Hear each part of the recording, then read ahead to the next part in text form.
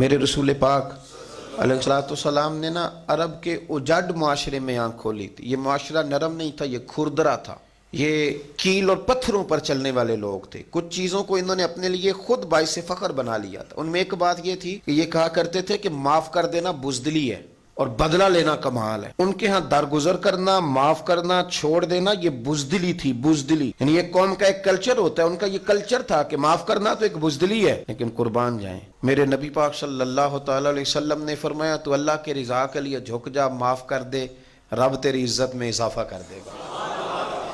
اب آپ میری بات پہ غور کریں گے تو آپ کو ایک لطف آئے گا۔ جس کو انہوں نے باعث عزت بنایا ہوا تھا، حضور نے اس کی تردید کر دی، اور جس کو وہ بزدلی سمجھتے تھے، مدینے والے محبوب نے اس کو عزت بنا کے دے دیا لوگوں، اور لوگوں کو سمجھ آ گئی، لوگوں کے دلوں تک بات اتر گئی کہ واقعی معاف کرنے میں عزت ہے۔ درگزر اعلیٰ ظرف لوگ کرتے ہیں۔ اب ہمارے ہاں بھی اینٹ کا جواب پتھر سے آنے لگا ہے، اور ہم دیکھتے ہیں کہ سیاسی لیڈر تو اپنی جگہ پہ اتنی کچی زبان استعمال کرنے لگے ہیں، اتنی غلط لینگویج استعمال کرنے لگے ہیں جو اس سے پہلے کبھی اس مہذب قوم میں نہیں ہوئی۔ اور پھر جو نیچے کارکن ہے، جن بیچاروں کو نہ کچھ ملنا ہے نہ کبھی ملا ہے، وہ چھوٹی سی ضد کے اندر آ کے اس طرح ٹیشو پیپر کی طرح استعمال ہوتے ہیں، اور وہ بھی بڑی غلط گفتگو کرتے ہیں۔ مہذب قوموں کے یہ رویے نہیں ہوتے۔ درگزر حسن ہے، اور اس حسن کو سمجھیں۔ رسول کائنات علیہ السلام نے دنیا فتح ہی درگزر کی برکت سے فرمائی۔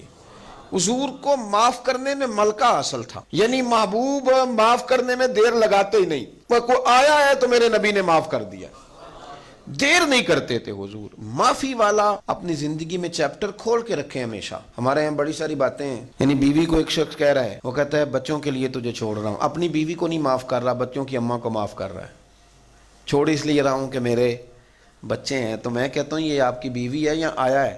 دائی تو نہیں ہے نا گھر میں کہ بچے پالے گی۔ تو آپ نے کس طرح کا مطلب رویہ بنایا ہے، یہ رویہ درست نہیں ہے۔ اس کو آپ وہ بھی تو درجہ دینا جو اللہ رسول نے دیا ہے، اور آپ کے ساتھ منسوب کیا اسے۔ یہ پہلے اہلیہ بنی تو ماں بنی، تو جو اس کی پہلے عزت تھی وہی آپ نے نہیں دی، تو بعد والی آپ کیسے دے سکتے ہیں؟